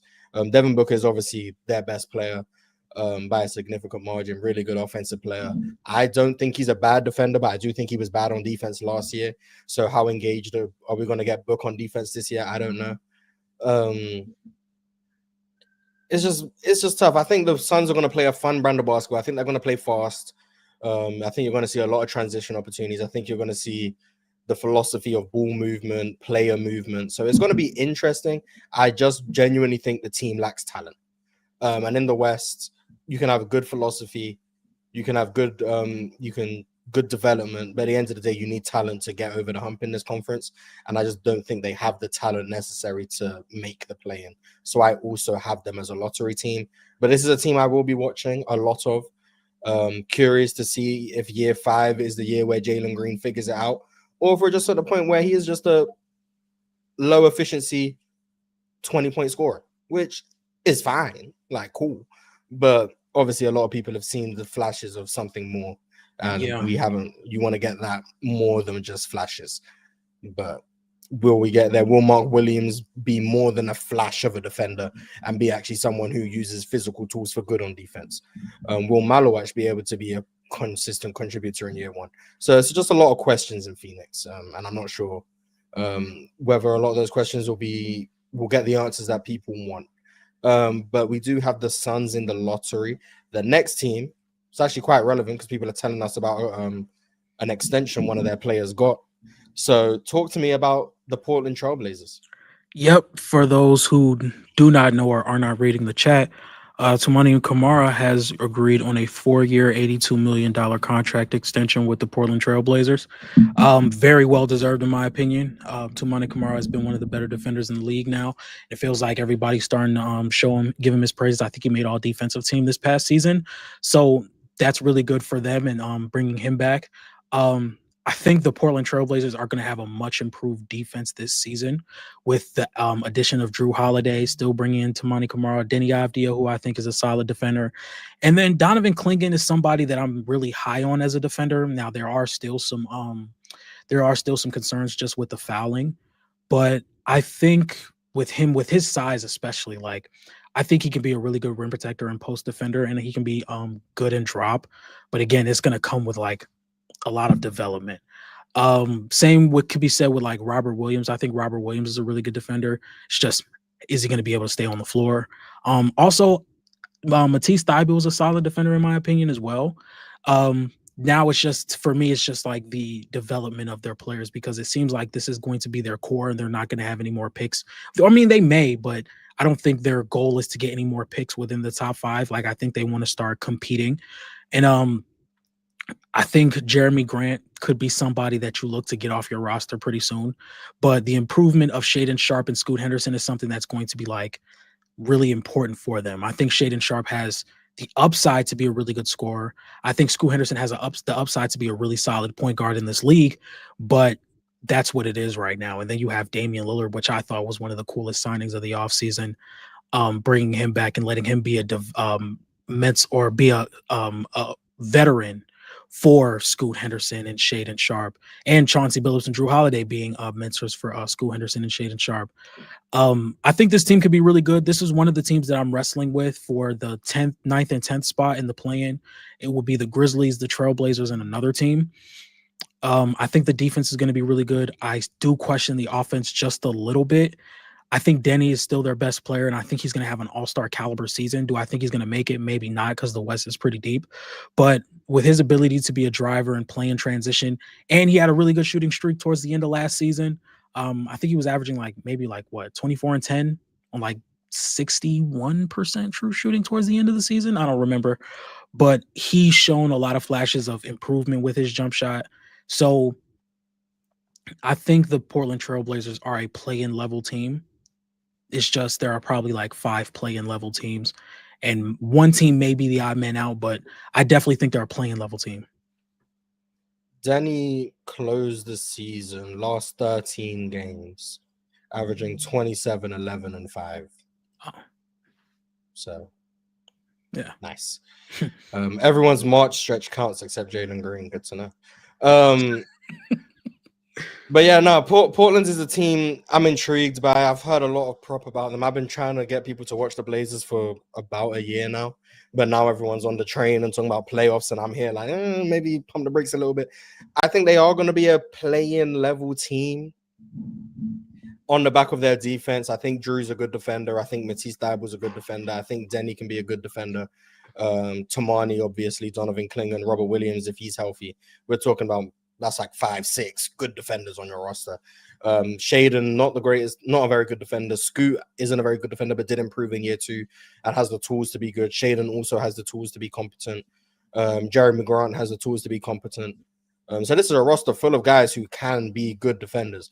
My issue with the Blazers, I just don't know where the offense is going to come from, particularly in the half court. Even Denny is somewhat limited in the half court. He's more so of a transition open court player. Hasn't shown the ability to slow down and play with pace and get to his intermediate game that he doesn't, get to an intermediate game. So their best half court scorer, in my opinion, is going to have to be Shaedon Sharpe. And that's projecting a sizable leap as an outside shooter, which is not something that is easy to bank on based on his priors. But I'm intrigued to see. Scoot coming into the season hurt, so you don't know what you're going to get from him. Robert Williams obviously being a big injury question mark. Even looking at Jeremy Grant, who just wasn't good last year, just call a spade, but it's definitely going to be heavily in the rotation. So that's tough. Just what Jeremy Grant are you going to get? Are we going to see minutes for Yang? I'm not sure how viable he's going to be defensively. Offensively, obviously, the intrigue is there as someone who can theoretically shoot, pass the ball, play out a dribble handoff, be a hub, all of that good stuff. But how viable is he going to be defensively? So I think the Blazers are one of those teams similar to the Toronto Raptors in the sense I can see them being a really good defense, but I just don't see the vision for this half-court offense. And I think the defense can give you a solid floor and get you in and around the play-in in the West, but I just don't know if they have enough offense to get them in the playoffs solidified. So I would paint them as a play-in team, maybe out the play-in in the lottery at the 11th seed, but we'll put them in the play-in for now and then we'll revisit it because I'm not 100% sure. The next team, I think I know where this team is going to go. It's the Sacramento Kings. So where are the Kings going to go? I think I would have them lottery. And the Kings, they have a lot of offensive talent. They have a lot of offensive talent with Zach LaVine, DeMar DeRozan, Domantas Sabonis, Malik Monk. I just one of my biggest problems with them would be the defensive side of the floor. Like they have some solid defensive pieces, whether that's Keegan Murray or Keon Ellis. Keegan Murray being one of the more versatile players in the league, and Keon Ellis being the defender that he is. I also really like Nick Clifford as a defender. Now, I don't think he's going to be like the most impactful guy in the world as a rookie, but I do think he's shown some level of defensive competence to where he can be a good rookie defender or a solid rookie defender. I think his scoring is also really good and his passing is solid as well. It's just that's my biggest concern. Most of their lineups are going to have a Sabonis or a Levine or a DeRozan, to where I just don't think they'll have um the level of defenders around that trio to where they can muster up a really good defense. And then I don't think they have any vertical rim protectors either. Like I think DeMontis had a solid defensive season, but I don't think he's like a potent enough rim protector to where that could lead this Kings defense to being good enough in my opinion. Um, and now there's talks about them trading Devin Carter, and then there's been conversations with Malik Monk being traded.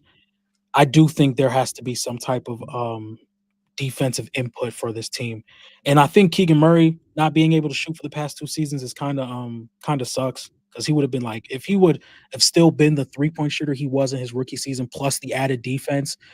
I think he'd be a really good. I think he'd be talked about a lot more because they really over leverage him defensively. Like they ask him to do a lot in that starting five, and I would love to see him in a place where he could like maybe take a step back as far as the responsibility he has on the defensive side of the floor.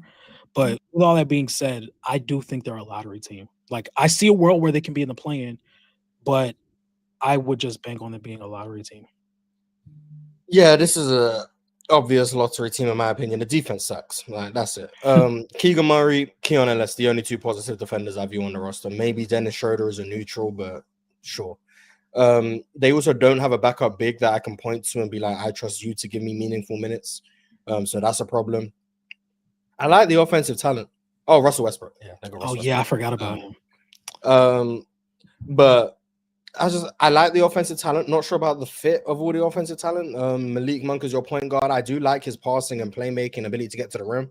But as your lead initiator, what I saw last year was not promising. Zach LaVine, I do think, is one of the better scorers in the NBA, but he bleeds a lot of value defensively and is a very limited decision maker. Back to the conversation I had about Anthony Edwards. Zach LaVine needs to leverage some of his scoring flaws with playmaking. That he needs to. He's quite ball screen reliant, but isn't the greatest playmaker out of those actions. So often puts himself in situations that kind of kill clock and kill possessions, which I think is why his impact metrics are as low as they are, despite being one of the better shooters, athletes, transition players, blah, blah, blah. DeMar DeRozan, one of the better isolation guys, great in late clock situations, but not great if you're trying to play up tempo.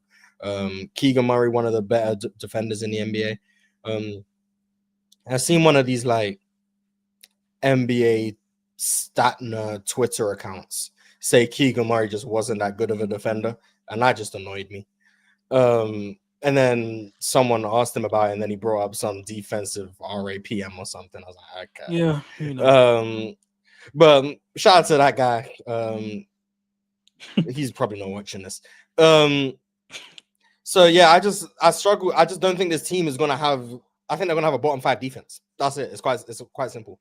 Offensively, I think they can be fun to watch, intriguing. I think they even have the personnel to potentially be a top 10-ish defense. Not saying they will be top 10, but in and around there. Defensively, I just think they're gonna stink.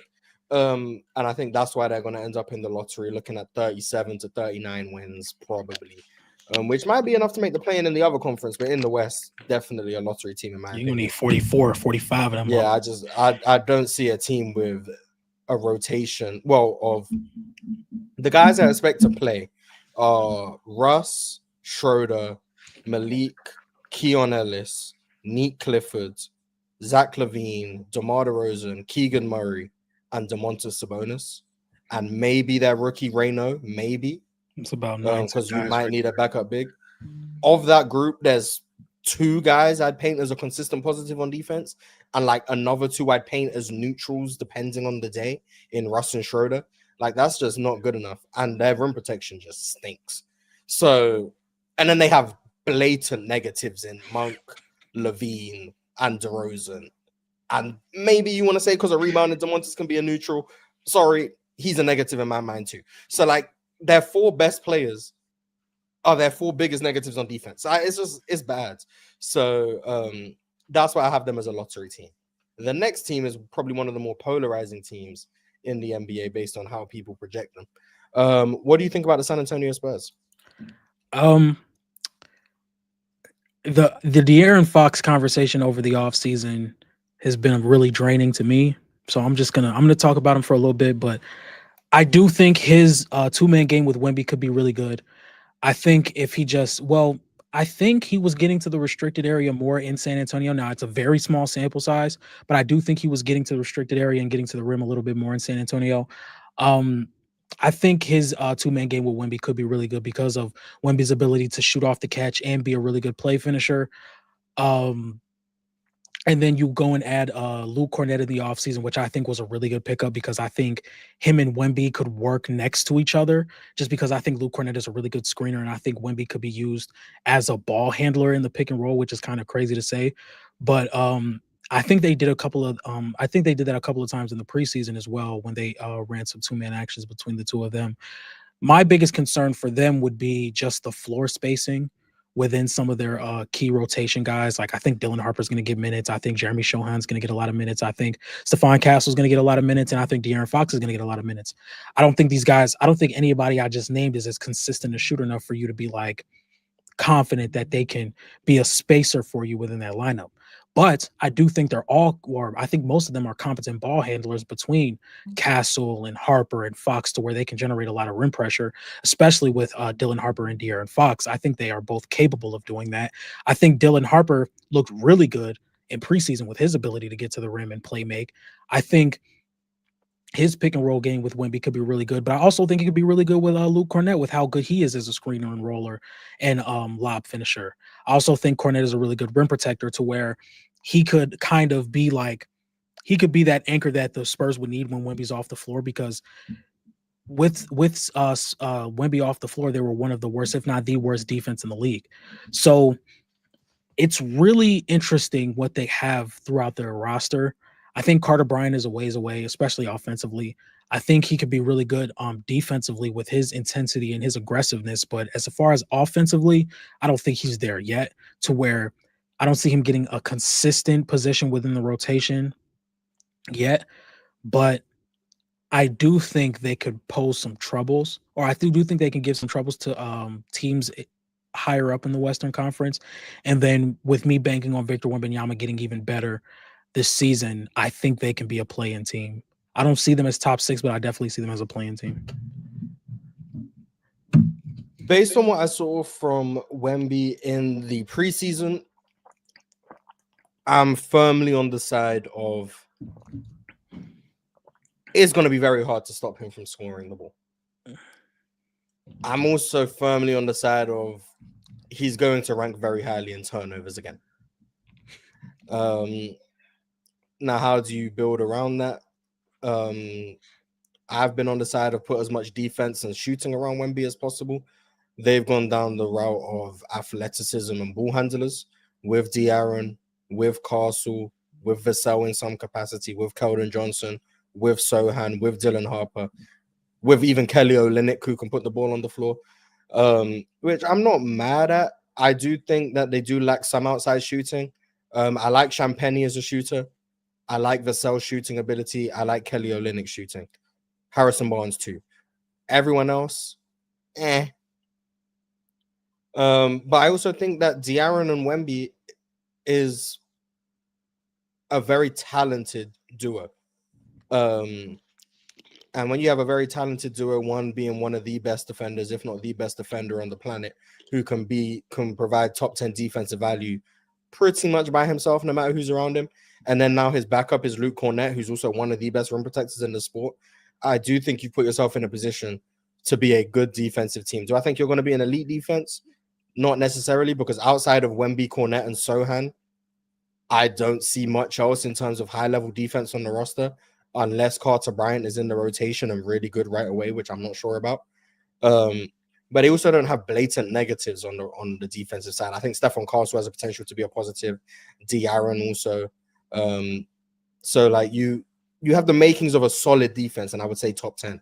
Offensively, I think there's more questions about how things are going to work, especially if Wemby has as much of the ball as I expect him to have because of the turnovers. But I think they can also be a solid offense. So I view the Spurs as a playing team as well. I don't think their ceiling is that high, but I also don't think their floor is that low, especially if they're healthy. Because I think Wemby raises the floor very highly, and I think De'Aaron Fox is still one of the most dangerous downhill players in the NBA, with a mid-range game, with an ability to close games with his scoring, not overtasking Wemby with that burden. And I'm also very intrigued to see Dylan Harper as a rookie, because I think he can be impactful right away, because everything I've seen about his craft, his handle, his ability to get into the paint does strike me as someone who can play right away.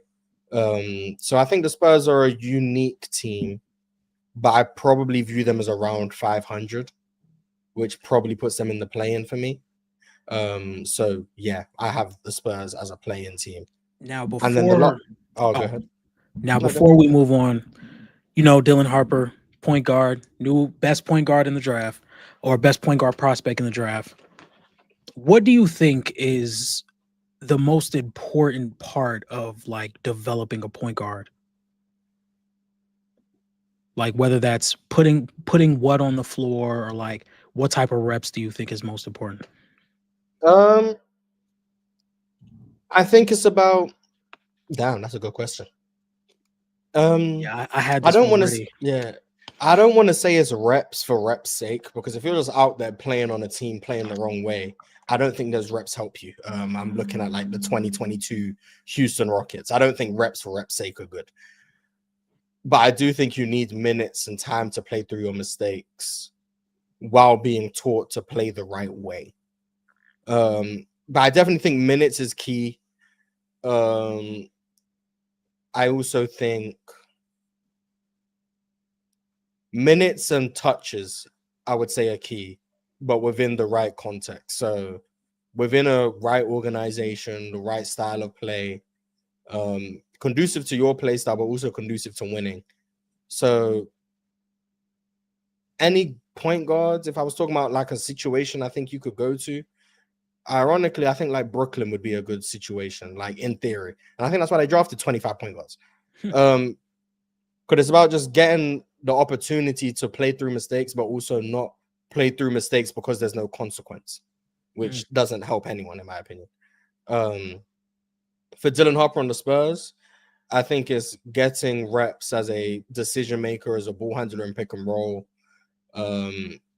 being given spot up opportunities, which he didn't get a lot of at Rutgers because he had the ball as much as he did. Being able to play off of other people, I think, is a key part of development. So I think Dylan Harper is actually in a good spot on the Spurs. I've seen people say they've seen enough of Dylan Harper, trade De'Aaron and build around Dylan Harper and Wemby.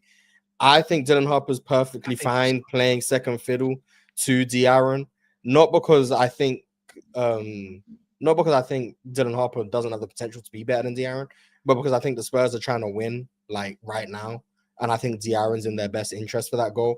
And I also don't think De'Aaron takes away a lot from Dylan Harper, but I don't think they're going to share the floor a whole lot. So I think Dylan Harper's going to get his reps without De'Aaron, and then when he does place off of De'Aaron, he gets meaningful, in my opinion, off-ball reps. Although I do think it can be a bit clunky, you do still get meaningful off-ball reps. So yeah, but you thought about this question, so how would you answer? In football, or in American football, there's a saying where the tight end is a quarterback's safety blanket. And I think with developing a point guard, you have to have some level of safety blanket on the floor with them, whether that's a shooter in the corner, a good play finisher that can play and pick and roll with them, somebody that gives them a constant decision to make. I have this really good roller, but they're also giving me space to push this floater shot, or giving me space to get a pull up mid range. But now they're taking away the mid range, so let me make the skip pass, or let me make the lob pass, or let me make the pocket pass. I think having a really good safety blanket or a really good play finisher next to a point guard helps their development immensely. For like I think Wemby and Luke Cornett are really good rollers, and Wemby's a really good popper. I think Harrison Barnes and Champagnie could be some quality corner shooters for Dylan Harper to constantly have a decision to make when he's in pick and roll. And the more reps you get, maybe like, oh, maybe I kind of overstated this skip pass to the corner. I made a mistake. They were giving me the pull up mid range. I should have took that. You know, I think that builds. Yeah, the Devin Vassell too for Maznef, who said that in the chat. I think that builds the reps of constantly making quick decisions to where it's like, okay, they're giving me the skip pass, let me take the skip pass, or they're giving me this pull up three, let me take the pull up three. They're giving me the lob, let me give them the lob. So I think just having that constant decision making process throughout the game helps him a lot because that can also come with turnovers, that can also come with some bad shots, and that can also come with some bad passes, you know. So I think all that stuff is like important. Like another reference to football again, it's important for quarterbacks to throw interceptions, young quarterbacks to throw interceptions, because you have to take the risk. You have to know what works. You know, so if I think if you're getting put in that situation to make the decisions time and time again, even if you don't have that level of safety blanket on the floor, you have made the decision time and time again to be like, okay, now I'm going to take this pull-up shot or now I'm going to make the skip pass. So I think that type of play finishing is very important for a point guard, especially like Dylan Harper, who plays in pick and roll a lot and is a really good slasher and ball handler. Very well thought out answer. A lot better than mine. I was rambling. Yeah, I had this one ready for something else, but I just decided to use it here. Shout out to you. Anyway, we're on to the final team. This is probably the second easiest team to place after Oklahoma City. This is the Utah Jazz. Where are they going, John D? They're going to tanking. Tanking. Okay, That's yes, exactly absolutely. where they will be. But yeah. That's tanking. Yeah. Yeah. Go ahead. Go ahead. First off, I really liked what I saw from Ace Bailey throughout the preseason. That is something that has seriously like impressed me because I was always somebody that came into the draft saying that Ace Bailey could be the best scorer in this draft looking maybe 5 to 10 years down the line. But it's not the conventional way you would think. And I think Ace showed a lot of struggles of getting to the rim effectively with the ball in his hand and creating good shots for himself with the ball in his hand. But I also said he's shown a really good ability of making tough shots, being having really good shooting indicators, and also really good transition indicators. So you take that and you put it on the Utah Jazz with Will Hardy, who already plays that brand of basketball. Utah has a lot of really well thought out sets for guys like Lauri Markkanen and just how they run their offense. And you bring Ace Bailey into that, and he's generating really good looks that he can knock down with some consistency. There was one play against Houston where he was coming off a pin down, I believe, or an action with Nurkic, and he instantly hit Nurkic rolling to the basket. I really like that. I put a couple more dollars in that basket just off that play alone, you know. But I really liked what I've seen from Ace Bailey. Only things I would say though is I don't think he's been really trying to like, or from what I've seen, I haven't watched every single Ace Bailey game, but from what I've seen, it doesn't seem he's like too locked into getting into transition. That may not be something that Utah is trying to do or we're trying to do, but I would love to see Ace Bailey play more in transition because I think Ace Bailey could be really good in transition as a pull-up shooter or as just getting all the way downhill and being a play finisher.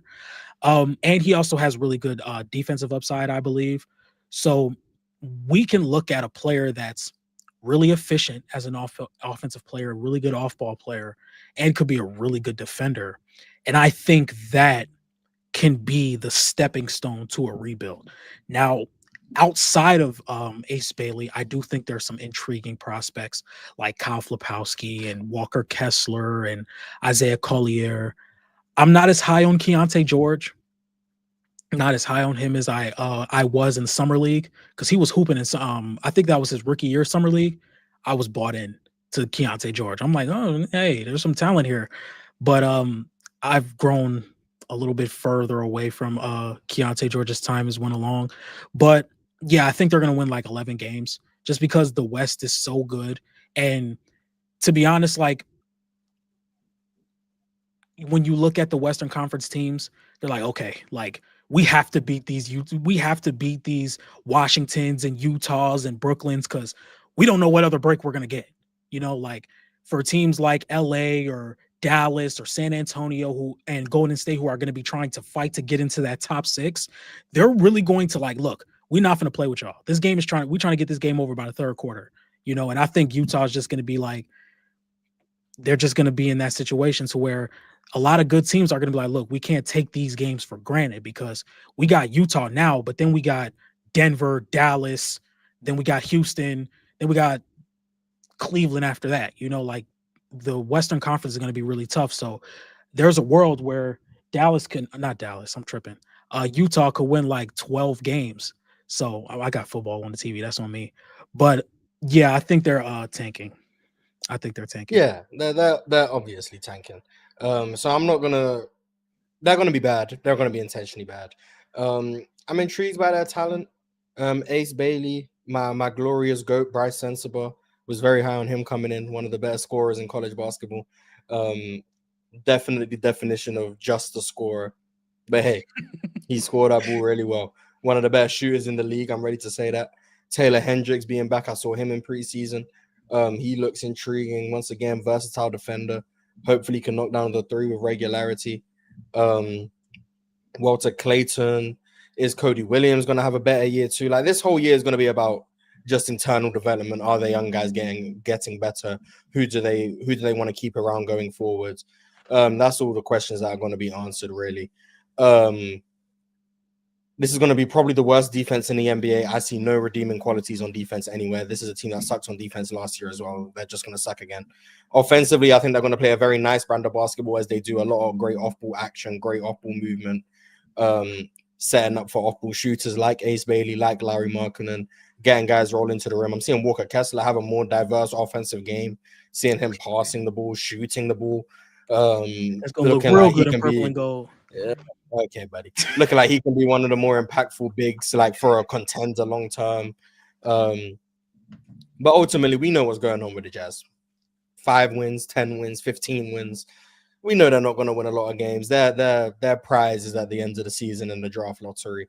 Do they get a top 3 pick? Are they adding Darren Peterson, AJ, or Kambuza to this team, or someone else who may slide up the draft boards as the year goes on? That's the success for the Utah Jazz. I do think they are the only tanking team in the Western Conference, which says a lot about the quality of the conference. And unfortunately for them, that means they might break the Hornets record or Bobcats. I think they were at that time. They might go 9 wins, 8 wins. Like it might be that bad, and that's solely because they're in a conference that is this deep and this competitive. But before we get out of here, I do want to officially rank the teams that we have put on the tier list thus far.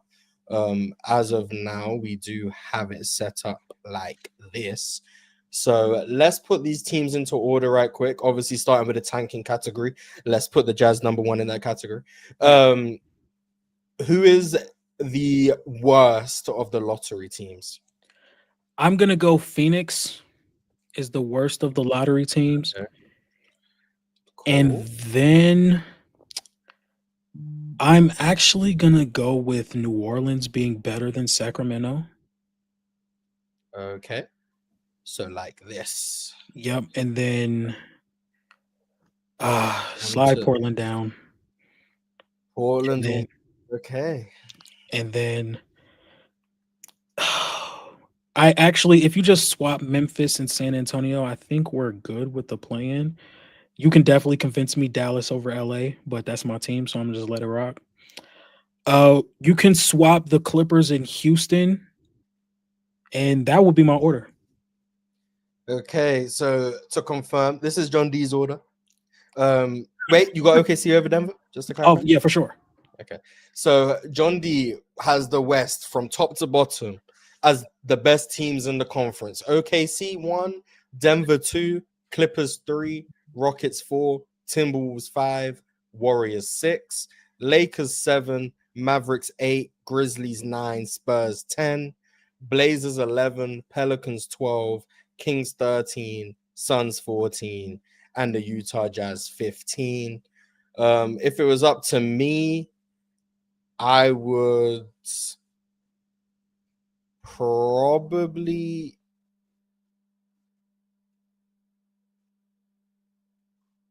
do that. Okay. If it was up to me, I would probably do. Would I? Yeah. Nah, you know what? I'd probably do that. So just flip Spurs and Memphis. Okay. But ultimately, the West is tough. I think the toughest spot is probably that 9 through 11 with Spurs, Memphis, and Portland. I really don't Yeah. know. I'm really comfortable with those 8 being the best 8 teams in the conference. The order can be a bit shaky. And then the Pelicans, Kings, Suns, and Jazz, I'm fairly confident will miss the play-in and playoffs. But that's our rankings. And then before we get out of here, we did get one super chat from Davo. Shout out to Davo. He said, "What's good, Mars? Just thought I'd show support on your channel. PS, remember to help me hold Swiper accountable to our bets when the time comes." John Diz, anything you want to say before we get out of here? You guys know where you can find me. Well, maybe you do, maybe you don't, because I've been kind of absent. But you guys can find me over at the Buzzer Sports. You know, the regular season starts on Tuesday. There are a lot of very interesting things that I have coming to my channel, especially for playback. I'm gonna be a little bit more consistent on playback. Gonna start streaming a little earlier because it does take me some time to finally get everything put together and taken care of. But playback will be coming onto the channel soon. Reactions back to uploading 5 to 6 times a week now that the regular season is back. So we can be looking forward to that. Very excited for another season of the Hoop Talk podcast. You know what I'm saying? We just inked in that extension with the player option, you know, no trade clause, you know, all that, the works, bro, the works. But agent, goddamn. we got a lot of things coming up, man. We got a lot of things coming up. I know there have been some people asking if we can get this on Apple Music and Spotify. I am working on that. That will be taken care of, or we are working on that. That will be taken care of. Yeah. Yeah, as always, John D's links will be in the description. You can find me here every week. You can find me on Players Choice Monday through Friday, 11 to 2 Eastern, 8 to 11 Pacific. You will actually find me on Gifted's channel in about an hour, right? Exactly. You're going to be there as well, John D. Yep. We're going to be previewing some of the awards and, you know, that good old stuff over there. Next week, I don't know what we're going to do over here. Maybe just like opening week recap. I don't know yet. Yeah. We'll figure that out. Yeah, something like that about how the Suns have started off 2-0 and actually going to the finals. Yeah, Lakers are 0-3. But until then, thank you guys for watching. We appreciate the support. We know it's NFL season, so thank you to everyone for coming out and still watching. Appreciate you guys. I haven't even done much promo for this, and you guys still showing up. I think we had about 200 people in here, so shout out to you guys, always showing love every time we upload around here. But until next week, we will see you. Merry Christmas and